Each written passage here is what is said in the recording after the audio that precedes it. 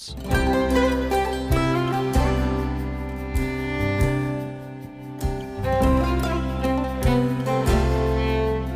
All right, my friends, it's now time for the Soulful Psalms segment of Beacon of Truth.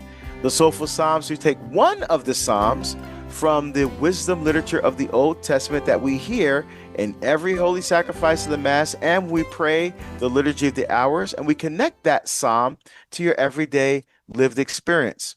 Now, I am using the Revised Grail Psalms. This was a version of the Psalms that's approved for use by the U.S. bishops for use in the holy sacrifice of the Mass, and this was compiled by the Benedictine monks of Conception Abbey. And today we're continuing our look at Psalm 103. Actually, we're going to conclude our look at Psalm 103. So Psalm 103 is in book 4 of the Psalms, Psalms 90 through 106. And as I mentioned on an earlier episode of the Soulful Psalms, that the Psalms in this book, many of the Psalms, we don't know who wrote them. Some exceptions, Psalm 90 we know was written by Moses, and there are several Psalms in here written by David, because David, again, is the only author of the Psalms that has Psalms in all 5 books of the Psalms. Well, we know that David wrote this Psalm because the prescript of this psalm just says Had David, of David. Okay, so we know that this is one of the psalms in book 4 that he wrote, and I love the way this psalm started off. Bless the Lord, O my soul, all within me, His holy name. Bless the Lord, O my soul, and never forget all His benefits. I love praying this psalm when this comes up in the cycle. I just love starting off praising and honoring God that way, the way that David does here. Um, but we move toward the end of the psalm now. Let's start at verse 19 here. So we're getting toward the end of David's reflections here. The Lord has fixed his throne in heaven, and his kingdom is ruling over all. Right? So when we're living our life, we have to remember that that God is the king of our life, right? That yes, God, it says his throne is fixed in heaven because that's where God dwells, right? He dwells in what's called the third heaven, right? And so the first heaven, because Saint Paul talks about this in his letters, right? So the first heaven is the earth, the things, the sky, the things we can see. The second heaven is outer space, this where the sun and the stars and the moon and all that. And then the third heaven is a place where God dwells. So we know that God is there, that God's throne is in heaven, that Jesus is seated at the right hand of the Father in heaven. We know all of that, but that his kingdom is ruling over all. So God is the ruler over our lives. God is the ruler over the earth. And so, it's very interesting. I've been thinking a lot lately about this whole thing about care of creation and all that kind of stuff, and how when I moved to Oregon, I had to really get used to recycling and just being more eco-conscious, I guess, or eco-friendly. In Portland, Oregon, we recycle garbage. So literally, there's a separate pickup for food waste or biodegradable waste. We just separate it from biodegradable waste. So there's actually a special bin that you have for food scraps and paper towels and things that biodegrade, and that so that's a that I've not seen that in many other places besides Portland. And that's picked up every week. And so it makes me conscious of the fact that we do have even though you may not be a person of faith, by participating in programs like that, in those recycling type programs, we are honoring God, right? He put us in the garden. He says, he made us in his image and likeness, and then he says that he put us in charge of all of his creation. You know, he said, "Be fruitful and multiply and fill the earth and subdue it." Right? So be fruitful, ephrata or para in Hebrew. It's the word that they use for like a fruit growing on a tree or a flower that's blooming or sprouting. That's the fruitfulness, right?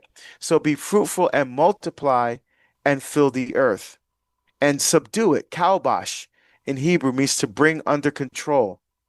And so he's given us care of this earth. And so, yeah, although we should become radical environmentalists or anything like that, but we do have an obligation and responsibility to take care of the resources that God has given us so that these resources can be available to the next generations. And so, yeah, recycling and things like those are good things. Giving stuff to Goodwill, and another thing, I think cardboard, all that stuff is great ways that we can participate in reminding ourselves that God is ruling over all, right? That we're doing these things. You may not have a religious um, sentiment behind what you're doing, but it is a subtle participation in the glorification of the kingdom of God. Bless the Lord, all you his angels, mighty in power, fulfilling his word, right? So the angels are the ones who serve God in that third heaven. Those are the ones who serve God at very different. Remember, there's different levels of angels. There's angels, archangels, cherubim, seraphim, and those are the two that serve closest to God. Thrones, dominions, principalities, powers, and virtues. So those are the nine levels of angels. And so all of them, just like all of us, we have different jobs, different charisms, different gifts to serve God. The angels also have different charisms and different gifts in order to serve God. So Michael and the archangels, those are the defenders. You have the Gabriel, who's the messenger.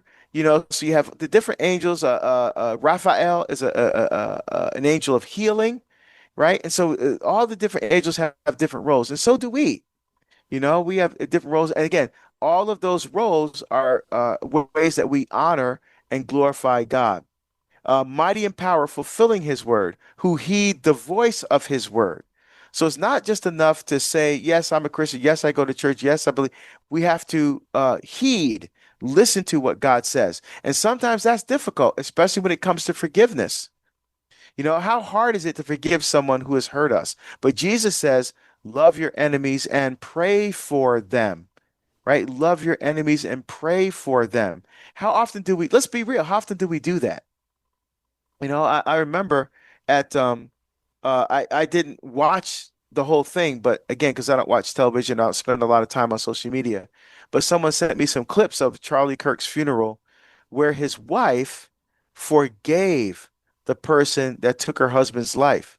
How hard is that to really sincerely from your heart forgive someone who has harmed you? Because we still have the memories, we still have the feelings, the emotions, we still remember what happened. And every time we remember it, anger, resentment, it just wells up in us. And God is saying, look, don't forget what happened, but don't let those things control you. Like I remember everything that happened growing up in my house, but so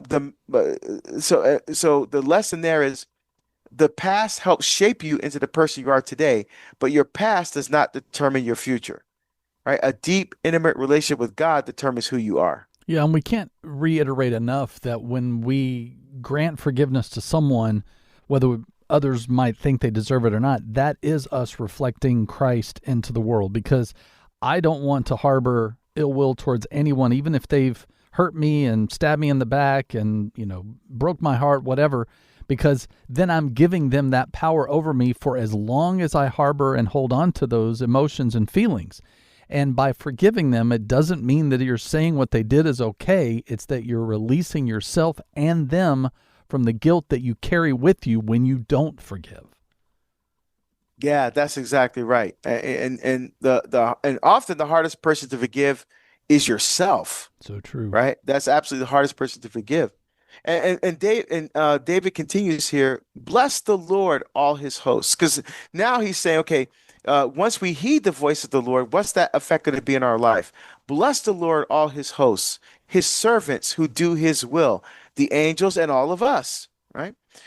Bless, because Jesus gave us the example. He did the will of the Father. Mm-hmm. Bless the Lord, all his works, in every place where he rules. So all of nature also participates in honoring and glorifying God by simply being what God created them to be, right? I love that. So winter honors God by being, well, I guess it depends on which hemisphere you're in. Winter honors God by being cold, except if you're in the southern hemisphere, like in Australia, New Zealand, where winter means being warm. You know, so snow honors God by not being rain. The sea honors God by not being a tree. They've got it easy. But how do we honor and manifest and glorify God? And that's what David is alluding to here.